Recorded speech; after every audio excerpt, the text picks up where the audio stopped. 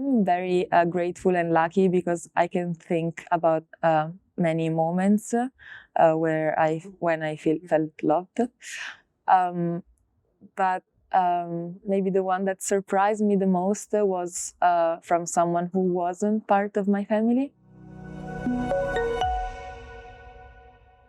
So you saw your friend as she was telling her story here, and I guess in the meanwhile you were thinking about your own story. Yeah, I can relate to her story very much because I also struggle with, like, let's say, mental health issues, panic attacks, anxiety a lot. And I'm not doing therapy right now, but I'll start as soon as I'm going back. So yeah, I'm very grateful and lucky because I can think about many moments when I felt loved. But maybe the one that surprised me the most was from someone who wasn't part of my family, because I have a very beautiful family and they always support me very much and they love me like very much. So I suffered from severe acne a few years ago, and this thing limited me a lot. I didn't want to go out from home. I couldn't watch myself in the mirror, or I didn't want people to look at me.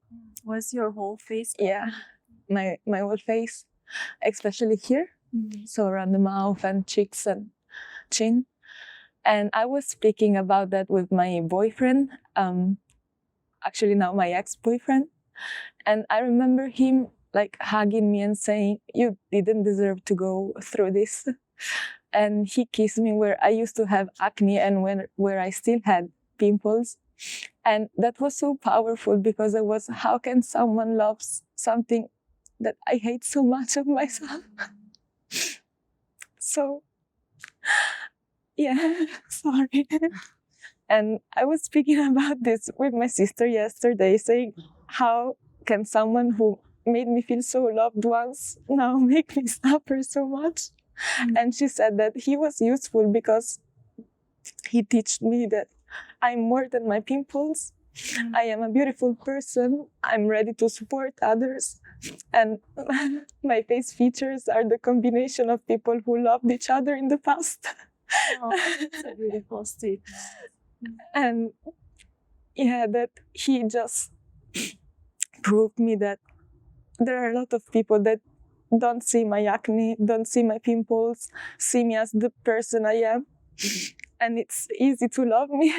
So yeah, that was a powerful moment for me. And I think that I felt very loved, especially when I wasn't able to love myself at all. Yeah, that's a lot. Yeah, I'm sorry. no worries. That must have been a really tough time for you. Like, how long was it when you had acne? I suffer from acne since, I would say, the start of high school, but after COVID, so 2020, my face was so bad. I don't know if it was from anxiety or the mask, or I don't know, but it was so bad. I hide picture in my phone. So I really don't understand how people can like speak with me not watching my skin. And because when I look at me in the mirror, I still look for pimples. I still only look where I used to have pimples, where I have scars, if I have a new pimple. So it's difficult to understand that people can love me even if I'm like that. Today's society, like, I think physical appearance is more important than what we would like it to be. That is why I was, and maybe I'm still so severe with myself. But like, if I think about how I see other people, I don't see acne, I don't see pimples. So probably other people are the same as me and they don't see me like I see myself. But it's always so difficult to like rationalize that. Yeah, I agree. For me, it was when I started getting older and then wrinkles started appearing, and I was like, oh my goodness, like all these wrinkles. And I thought that the only thing what people would look at were just my wrinkles. But also for me, just realizing that's okay. The person who loves you, they would not look at your wrinkles. They just look at you as a person. Yeah. And that gave me a lot of confidence. Yeah. Then you mentioned that you back then you were together with your boyfriend, and the person that loved you so much caused you a lot of heartache, right? Yeah, it's fresh. Like Oh, like not even 2 months ago, we broke up because of distance, I guess. Actually, he lives in Australia, so oh, it is a very big distance. But yeah, I can't even be so upset because it's very rational and practical. But for me, distance wasn't an issue, so it's difficult to understand. Like, he was enough, like, to overcome distance. Maybe I wasn't enough to overcome distance. So this is the difficult thing to accept.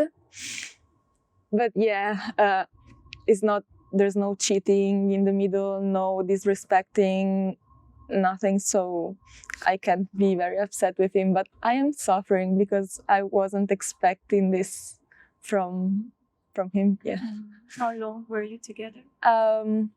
1 year, something more. We met on exchange in Singapore. Wow. International. And we traveled a lot. I went to Australia, he went to Italy, we went to Spain, France. And so it was a very beautiful story. So yeah, I'm thankful for him after all. And yeah, especially because he loved me.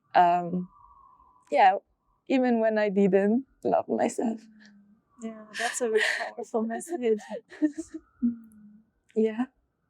What do you do when you want to show your love to others?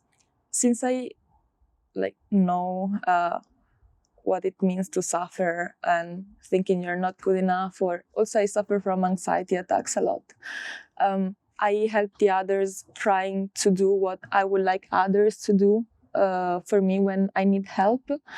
So if my sister needs help, it's very easy for me. Okay, I'm coming to Korea.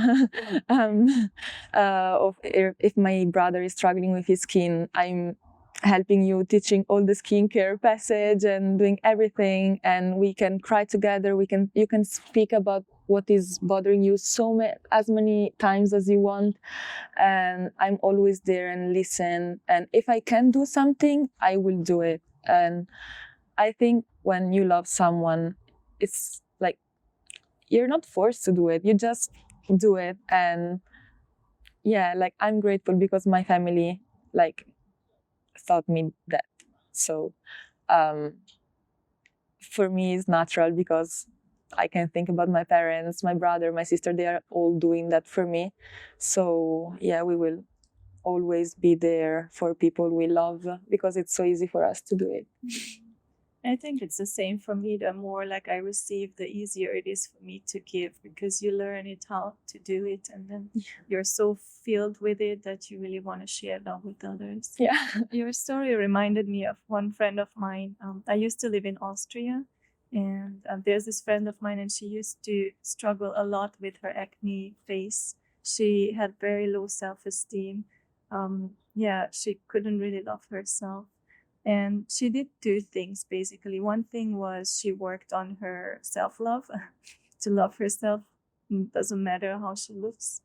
And the other thing was she also tried to do something physically. She got this like Korean medicine, some kind of, or maybe Chinese, like kind of medicine. It was a powder, kind of like a tea. And then she drank it, and then her skin got better. Yeah. So I think it's both like knowing that you're precious and valuable no matter of your skin, and also like trying to find a reason. Maybe as you said, maybe it was the mask, maybe something that you eat, maybe the stress, and then trying to solve like these reasons. Yeah.